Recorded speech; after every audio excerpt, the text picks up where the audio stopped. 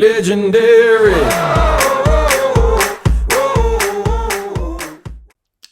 Alright guys, so I've been meaning to do this. Oh my gosh, my eyeliner. Yay, this review! I have been meaning to do this review for like the last hour, and then I got caught up on YouTube. It is a black hole, guys. I will just go down that wormhole forever. But I'm super duper excited about today's book because it's been on my TBR for a millennia and I just could never get around to reading it. I made a list. Like, I planned out like the next 2 to 3 years of books that I need to review, and I was just like, let's slot that one right in there. Today's book is It's Not Me, It's You by Stephanie Kate Strohm. And I gotta say, I mean, I only made it through this book because I found it on audiobook on Libby. It was absolutely fantastic. Like, if I had the willpower to save this review for December or February, I would.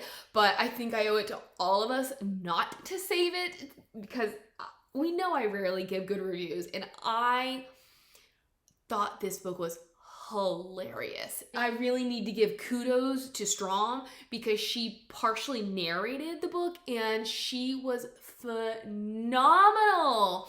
If you have seen my review of Tamara Pierce's Alana, you will know I do not like a full cast audio. So when I heard it was a full cast audio, and please forgive my hair, I don't think I put enough product in it. So it's just not holding the way it should, and it's just doing its own thing, like right here. Do you see that? Do you see that? And because it's mirrored, I keep pushing it the wrong direction, so makeup issues, hair issues, I should have been in bed an hour ago issues, but there we go. Yep, that's how it is. I was like, oh my gosh, this book is gonna be absolutely terrible. I am gonna regret it, and I did not. And it's gonna be a little overwhelming because the book is about this girl named Avery Dennis who has never been single. She gets broken up with right before prom, and so we go through every single boyfriend she's ever had within reason to figure out why her relationships do not work and basically why this guy broke up with her. In the end, we never got to hear from him, and I kind of wished we could have because I felt like each successive boyfriend had a little bit more to offer. And the one thing that I didn't care for, here is a major spoiler, the biggest spoiler of them all really. I did not care for the way that Avery and Hutch ended up together. I liked Hutch, I liked Avery, but this book was sort of empowering. This girl who not necessarily feels like she always needs to have a boyfriend, but she always has a boyfriend. And she finally says, look, I'm not going to have a boyfriend until I figure out why my relationships keep messing up. Like, I am going to swear off dating. Why she ends up having to have a boyfriend for me was a little bit disappointing. I liked the fact that Hutch wasn't her normal type, although to be fair, she didn't really have a normal type. You get the impression that Avery's uber popular. And so you would think she would fall into that uber popular stereotype of who she dates. And okay, so she goes to a very small private school where the dating pool is not that large. And maybe that's the nature of small schools, is that there's a different sort of hierarchy. I mean, there is one, it's very obvious, but maybe the governing rules are slightly different. So the guys she dates don't necessarily fall in line with what you'd think she would be dating. So it was nice that Hutch was the last person you would expect her to date. He's also the only guy that she dates that was her friend first. So it was nice to see her kind of change that pattern, and perhaps that will mean that this relationship will be different because it was set on a different foundation. But I saw this one coming from a mile away. I know I've really jumped ahead here, but they are in the midst of interviewing her boyfriends, and there's this one guy that if she could be ashamed of dating anybody, it would be this guy. She's kind of putting off interviewing him. She's brought Hutch along because he's a scientist. He's an impartial observer. He can help her with her hypothesis, and because this is actually a school report. This is like her senior project. She's brought him along with her, and now she's putting off this interview. She's like, oh, let's go watch a movie. Let's go do something else. And it's at this point that I'm like, oh my gosh, are they gonna end up together? And this is about halfway through the novel. And then from then on, because that idea was planted in my head, I kept seeing the seeds that were being planted. Sorry, I gotta fix this eye. Give me a minute. I know I'm gonna be in bed in like an hour, but I couldn't handle it anymore. So I used my icky eyeliner, the one that doesn't stay very well anyways, and I don't mind if I basically waste it. From that moment on, I was like, oh dear, I think I know it's coming. And it did. It's really not that cringeworthy, but for me, it brought the book from something unexpected and new to something predictable. Sorry, this is bothering me too. But anyways, let's get into it. Let me see if this guy actually put down the list of characters. Avery, Hutch, Avery's best friend Coco Kim. He didn't. Come on, people. Give me what I need. I'm listening to it on audiobook. I'm not sitting here writing things down. Jeez, idiot. Anybody know where that's from? I need to actually look at the physical format. But basically, this book reads like a play where it's all script, it's all dialogue, yet somehow within the dialogue is exposition. It is quite incredible. Actually, let me look at it right now. You get character name and then what they have to say. Character name, what they had to say. But it does not read like they're just jibber jabbering. It's super impressive. And then within each piece of dialogue, you get an editor's note, which I adored. I absolutely thought it was genius because, oh, here's a good list of characters though. But you get these little editor's notes because, as I said, it's a paper. She's got all these interviews and she's just like, well, actually, here's my thought on the matter. And that added so much humor to the novel. But list of boyfriends. We start with Bobby Boback, Robbie Monroe, Camp Kawawa Charlie, Liam Padalecki, Sean Graney, who is a guy that she was like, I don't really want to admit that I dated him, Waylon Underwood, Ben Schrobenhauser-Klonen, Daniel Kim, Fabrizio Montefiore, Trip Gomez-Parker, Ezra Dirks, The Cowboy, Jake Doe, Nils Henquist, Hutch, and then Luke Murphy, who is the guy that dumped her at the beginning, and then obviously Hutch is the guy she ends up with in the end. So I guess, very, very brief introduction. We open up with minor characters being like, so we witnessed this. And then they're also giving their opinions on her, which is just so funny. One of her boyfriends, Ben, his sister Cressida, cannot stand Avery.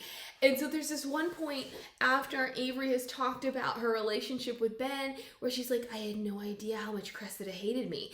And it's just so funny that these girls will make comments and then we'll have the editor's note and Avery is like, just to be fair. So it's really quite clever. I cannot say enough good things about this book. We open up where they're in the library. Everything seems to be going okay, only for Avery to start freaking out because Luke, for some reason, has broken up with her right before prom. Prom. We do see her like outside of all the boyfriends. We see this underlying subplot in which she has this animosity with another character named Busy Stanhope. You can tell Busy wants to be Avery and Avery is something of the queen bee. Now the whole thing is like Avery has no date to the prom, and there's no way she can get a date to the prom because everybody's taken, and how embarrassing is that going to be for her? My first thought was like, maybe not my first thought, but one of my first thoughts was like, what about Luke? Like, he breaks up with her, so why is it only a problem and embarrassing for her and not him? Are we just assuming that he can get a date for the prom, or that it's just not as shameful for a boy not to have a date to the prom? That's neither here nor there. It ended up not being a problem for me. We have this thing of how Busy and her BFF basically tried to ruin the prom, and then how Avery has to salvage it. Back to the boyfriends. We start with Bobby Bobak. Okay, actually, let's start with Hutch. Because, as I said, Hutch is kind of a partner in crime with this. He is relatively new. This is one of those K through 12 types of private schools, so I think he shows up around 9th grade. She just so happens to sit next to him in science, and they become lab partners for the next 4 years. And this is something else that was making me wonder if maybe something was going to develop between the two of them, because we get characters like Busy Stanhope, or maybe these like library observers who give a very surface level view of Avery, but then we get Hutch, who is like, she's actually incredibly intelligent and she works really hard, but then we'll get Cressida be like, oh, well, of course she's gonna get an A because she has Hutch as her lab partner. We get a certain kind of view of Avery. For this whole book, I'm like, what kind of a person is she? But in the best sorts of ways.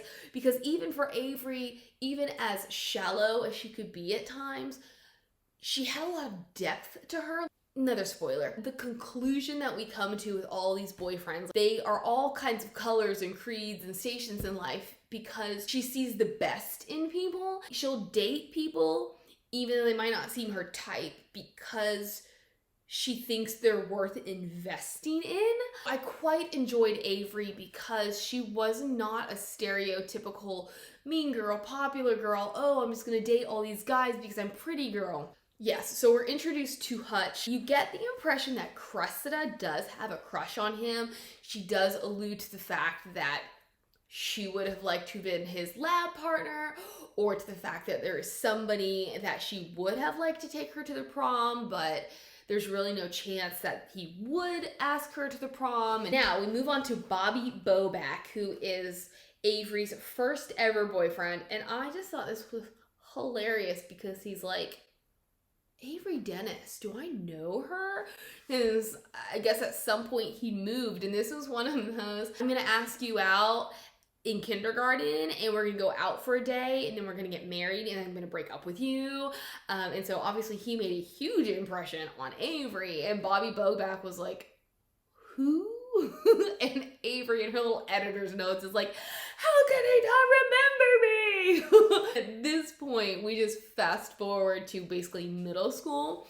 But I want to interject, Coco Kim, I adored the friendship between these two. Not only did Avery end up dating Coco's cousin, and Coco, despite the fact that she wasn't incredibly happy about it, she was really supportive of Avery. But Avery also dated Coco's prom date, and Coco is so supportive of whatever Avery has done or is doing or will do. And there's sometimes you get those moments of, okay, maybe everything wasn't perfect between us. Maybe, okay, Avery behaved this way or did that, but I'm her best friend and I'm gonna be there for her. So I quite enjoyed the picture of friendship that they painted. There was none of this drama that you tend to get in a book about dating and boys and just all that kind of girl stuff that happens. We move from Bobby Bobak to Robbie Monroe. Let me remember Robbie Monroe. Who was Robbie Monroe? Well, I know Robbie Monroe was 6th grade, and he was a new kid in 6th grade. And so it's funny because obviously Avery is the queen bee. She and Coco, or Coco in particular, is like, oh yeah, basically like Avery made Robbie. And then we get Busy Stanhope being like, Robbie who? Like, nobody knew who Robbie was until my best friend dated him. Robbie Monroe plays soccer, and yeah, he was something of a nobody. He was a new kid.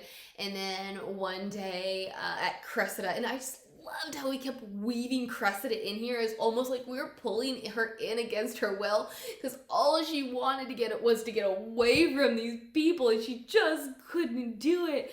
From the time when they were kids and her mom kept throwing these birthday parties that apparently everybody loved, to when she finally got her mom to stop throwing these birthday parties, and then her mom was like, oh yeah, well let me throw this kind of party. One day, Cressida's having a birthday party. Avery walks into the basement. She sees Robbie Monroe, and he's her first kiss. Like, they go outside and they make out on the swing set, and I don't know, I guess they dated the majority of the year. When they broke up, he was like, was I upset that we broke up? No way. The next day, so-and-so asked me out. It was great. From this point is when Avery starts dating Camp Kawawa Charlie, and she basically says he's 3-in-1 because he was her camp boyfriend. They would just date every time she would come to camp. It was funny because he was like, oh yeah, she was one of my camp girlfriends, and she was like, one? Not the? That's what every girl would feel for their camp boyfriend. It's like, we need to stand out. Why wasn't it just me? The theme that we're getting here is that these boyfriends are boyfriends of convenience, boyfriends of the now, and then Avery would break up with them basically because something better could be coming. Why would I go to camp with a boyfriend when there could be somebody else there for me? These are Hutch's conclusions. He's trying to find patterns, like Avery's the aggressor, Avery's the one who's asking guys out, Avery's the one who's ending it, which that was the whole big thing with Luke, was she had never been broken up with. He was the first person to have ever broken up with her. Every conclusion that Hutch would come to in some form or fashion would be proven wrong. We go from Camp Kawawa Charlie to Liam Padalecki, who is one of Hutch's best friends. And I mean, they're just nerds. They are geeks in whatever form of the word you want to connotate to it. They're all about Dungeons and Dragons. They're going to skip the prom because they're going to have this massive game night. There's 2 other guys that are in their group. I can't, one of them is Alex, and then the other guy is Michael or something. I thought they were kind of interchangeable. Alex, I didn't quite understand, because we would get a little bit of him, like there would be a comment made about him and he would deny it, and then we would get nothing from him until we would have another thing come up and he would deny it or put like his 2 cents in here or there. So I wasn't really sure what I was supposed to think about Alex, which is why I don't know what I think about Alex. In some ways, again, I thought he was funny because you knew he was lying. You knew what everybody else was saying was true, and then he was just trying to save face, but at the same time, I needed more of him. Anyways, Liam Padalecki is Avery's dirty little secret. When we move on to him, he was such a blip on the radar that Coco was like, she dated Liam Padalecki? But this was like a couple week thing where it was like the first day of school, and Avery realized she can't walk into school single. So he had a locker near the front door, and she walks up to him, and she's like, oh, it's a combination of his summer tan and the fact that he grew or something like that. And other people are like, he didn't grow that much. She actually just asks him out, and he, according to his friends, was a really big jerk. According to him, he ruled the school. They date until the first time that he or she visits his home, and she walks into his room, which is full of like action figures of some sort, and she says gross and hightailed it out of there. And the next time when he saw her at school, he tries to sit with her and she's like, excuse you. But this was really that turning point, the first turning point for Avery, where she realized that maybe she hadn't treated him as well as she should have or could have, and she felt guilty about that. And so she started to have some self-reflection. Then we move into Sean Graney, who is that typical meathead, and he is Busy Stanhope's current boyfriend, and she keeps denying the fact that their relationship even meant anything, and it shouldn't even be considered a relationship. He was a character I could have used a little bit more of as well, because he was funny in his like caveman-ness, but it definitely felt very middle schoolish, where it's like, I'm just gonna ask somebody out and we're gonna date for a little bit. It's not really gonna mean anything, and then we're gonna break up. I could have used a little bit more of him to figure out, like, do I like him, or do I just think he's a really funny throwaway side character? But he was the guy with no neck. Of course, Busy Stanhope likes to defend her choice about dating him and how he definitely has a neck. Following him, we move into Waylon Underwood, who they could not find him, and it turns out that his mother had moved him and herself to an ashram in Arizona. They track him down at the House of Light, and we get this really comedic side note of how the House of Light does not allow for phones except for people trying to make reservations to stay there. And this is one of those getaways where people can get in touch with themselves and nature, and there's a lot of celebrities. In order to get him on the phone and talk to him, Avery essentially had to use her emergencies only credit card to book a stay there. And she's like, I don't think my dad is gonna be very happy with me. And then he steps in, he's like, what? It's quite funny. Apparently Waylon tells us how, like, she thought they had this great relationship, and he relays how, not that she was a pushy person necessarily, but he couldn't really keep up with her. These are all the things he ended up doing: joining football, forming like a future Doctors of America after school program, being president of their class. And he's like, I only did them because Avery made me. And she's like, I thought you enjoyed them. These are things we were doing together. They were things that I enjoy, and I thought you liked them too. She was totally oblivious to the fact that she was making this poor kid do things he didn't want to do. All he wanted to do was play video games. But then he's like, you know what?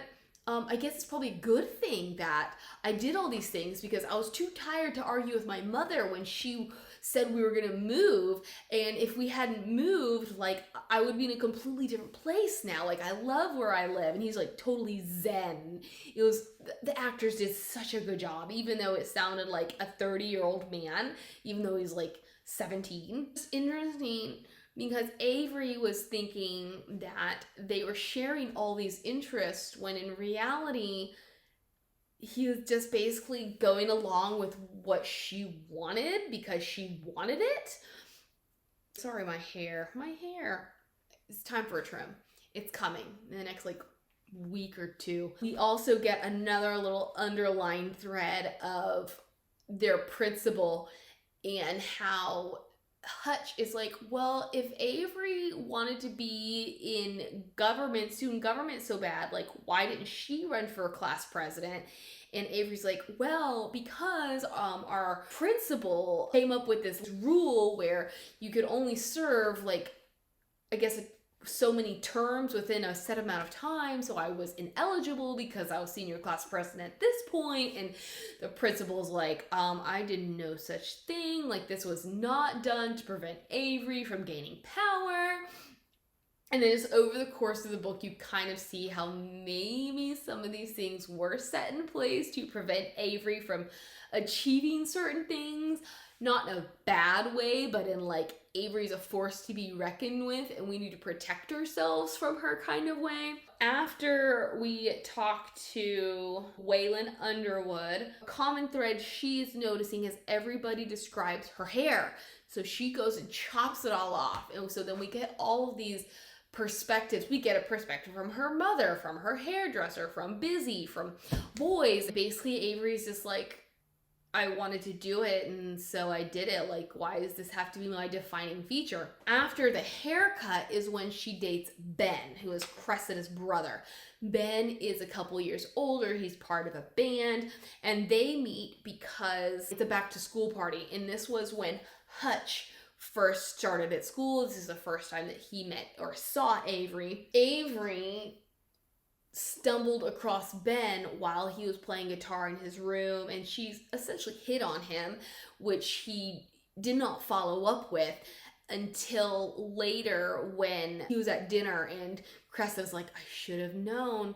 He caught me off guard, but I should have known these questions were leading somewhere. And then he, because of the way he asks her out, which was basically setting up guitars and a drum set in the hallway, like now there's another rule in place about playing or like a misappropriation of school materials and how you can't play music in the hallways or something. They're together for quite a while, and everything went well. Like, he was a really great boyfriend, which I was surprised by. He's like, you know, this rocker with this really deep soul, until Avery realizes his band is too important to him. Like, she can't keep up. She can't even drive. And then her mom was like, I'm tired of being a chauffeur. And Avery broke up with him for that. But actually, she broke up with him right after Valentine's, or on Valentine's Day. And he told her he loved her. And it was so funny. But Avery was so mortified to hear it played back at her, because she was like, oh my gosh, like, how mean of me. I was so terrible. And this is when she meets her next boyfriend, Daniel Kim, who is Coco's cousin, because Daniel and his mother were staying with Coco's family for certain reasons. So then when the whole fiasco with Ben happened, Avery calls Coco, and Coco gets Daniel to drive her to go get Avery. Of course, he noticed her because she was pretty, and the way she was behaving was not what he was expecting because of the way that Coco made it sound like Avery might be behaving.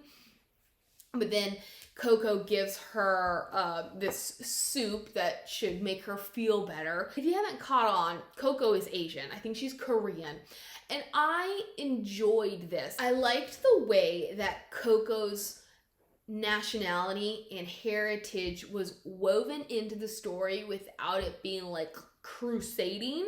It was, this is who she was, but it didn't define her. It didn't make her stand out. There weren't injustices. It was just like everyday life. It comes back to the soup because it was a specific kind of Korean soup.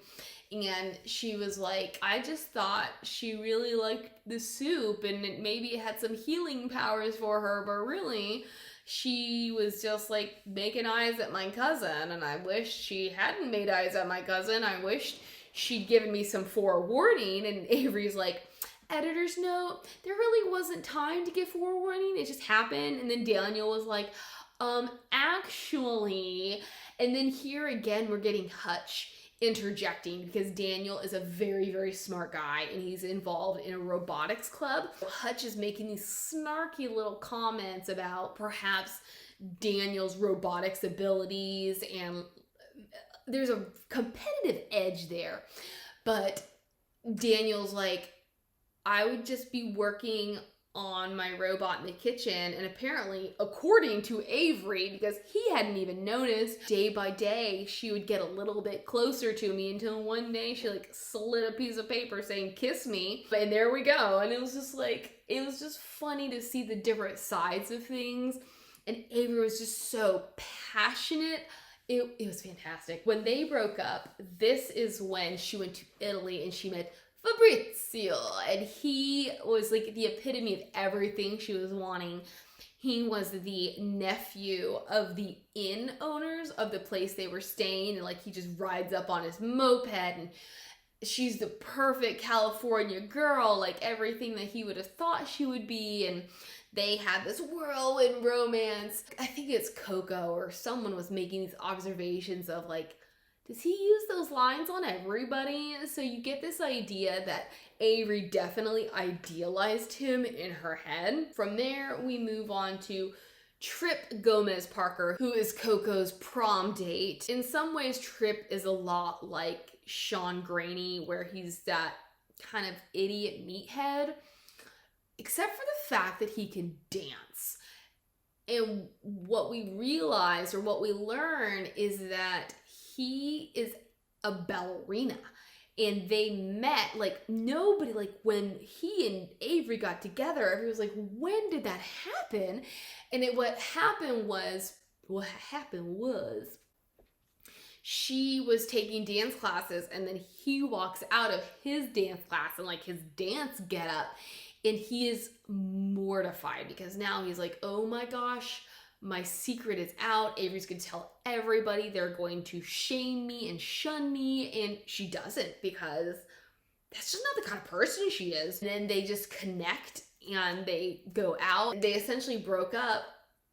On Avery's side, it's because she wanted him to tell people what a great dancer he was. And then on his side, he was like, basically, she just wanted to ruin me, and she only wanted everybody to see her perform in the Nutcracker. By virtue of watching her, everybody would see him. She ended up being like, okay, fine, you win. I won't tell anybody. And even Coco, she lied and was like, oh, pipes burst.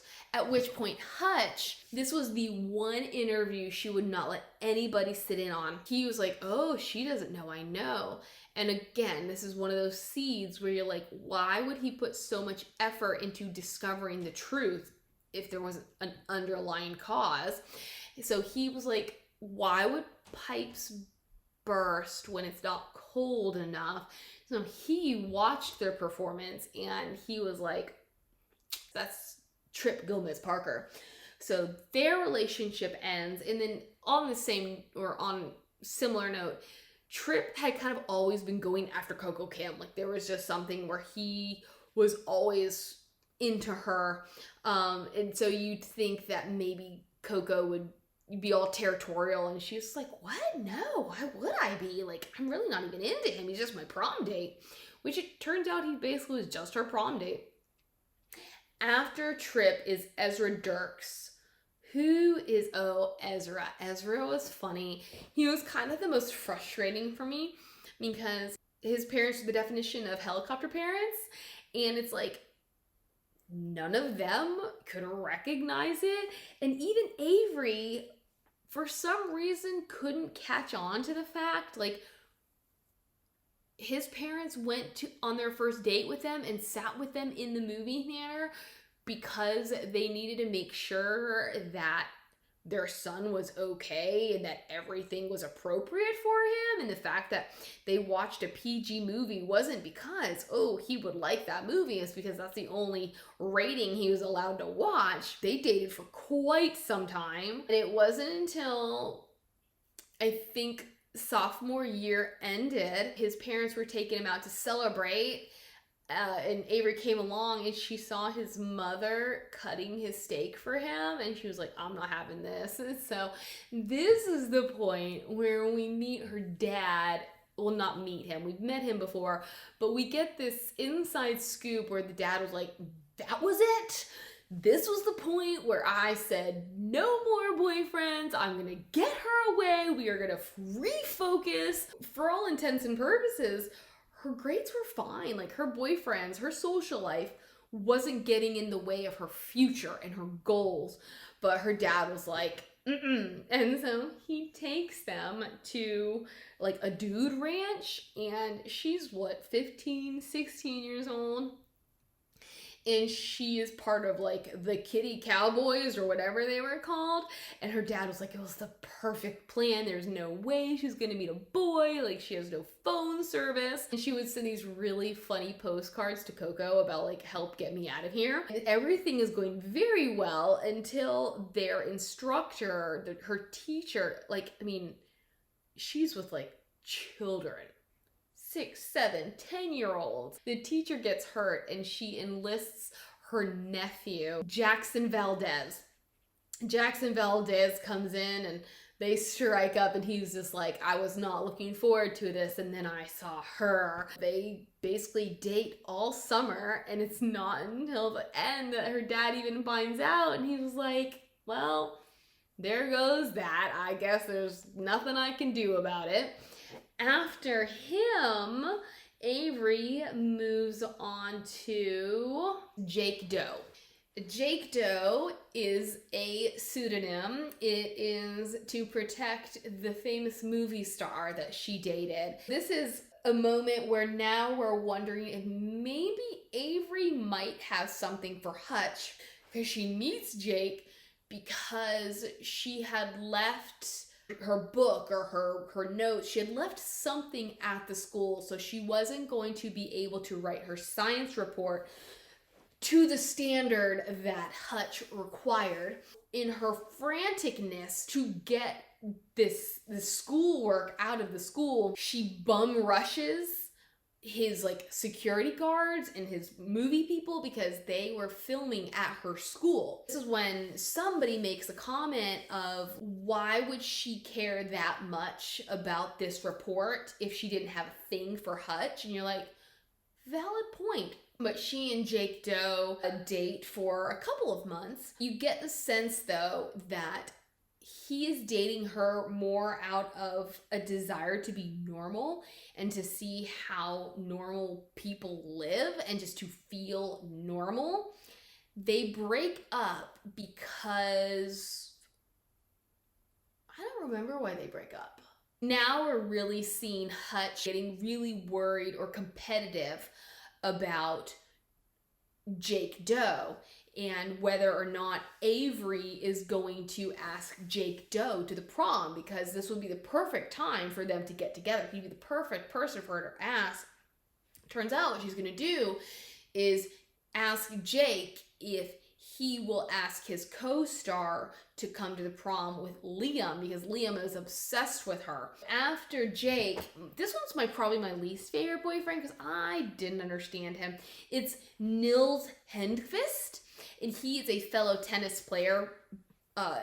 Avery plays tennis, and like they just have this really volatile relationship from what we're given, yet we don't really get much of their relationship except that they didn't get along and they would constantly break up just to get back together. And maybe that was the point of this one, was that's how a lot of teenage couples are. To move on from him is when Hutch helps, so basically Niels is the last one until Luke, but as I said, we don't get anything from Luke. We move on to Hutch saving the prom. He has helped find a venue and he has helped decorate, because all of the prom committee's money was spent on balloons that were unusable. I don't know, because I wasn't part of prom committee. I do not know how this works. I don't see how every cent they had went into these balloons. I mean, I'm sure they bought a lot of balloons, but I was just like, you can't send them back, or you can't exchange them. You can't rectify this problem. Hutch comes through and he helps find everything that they need to have this prom. Avery is still bound and determined to go by herself and to enjoy herself and to be like, I'm an independent woman. Hutch and his friends are all about having their game night. At which point, Avery and Hutch are like, we like each other. Why don't we go to prom together? And then Avery and Coco go back to his house and join his friends for game night. Liam had a fantastic time with Jake Doe's co-star. Coco ends up kind of ditching Trip Gomez-Parker for the friend whose name I can never remember, Michael, I think. They just have this great time, and we essentially end with, like, we don't know where Hutch and Avery's relationship is gonna go. Like, we're not saying this is her happily ever after, but what we are saying is that maybe this one could be a different relationship, because it actually means something to her. All these other relationships she was not emotionally invested in, and that's why they didn't work out. There we go. That's the end. I completely 100 million% recommend this book, especially if you need a good laugh. I probably will go and buy the audiobook because this is a book I could listen to again and again and again.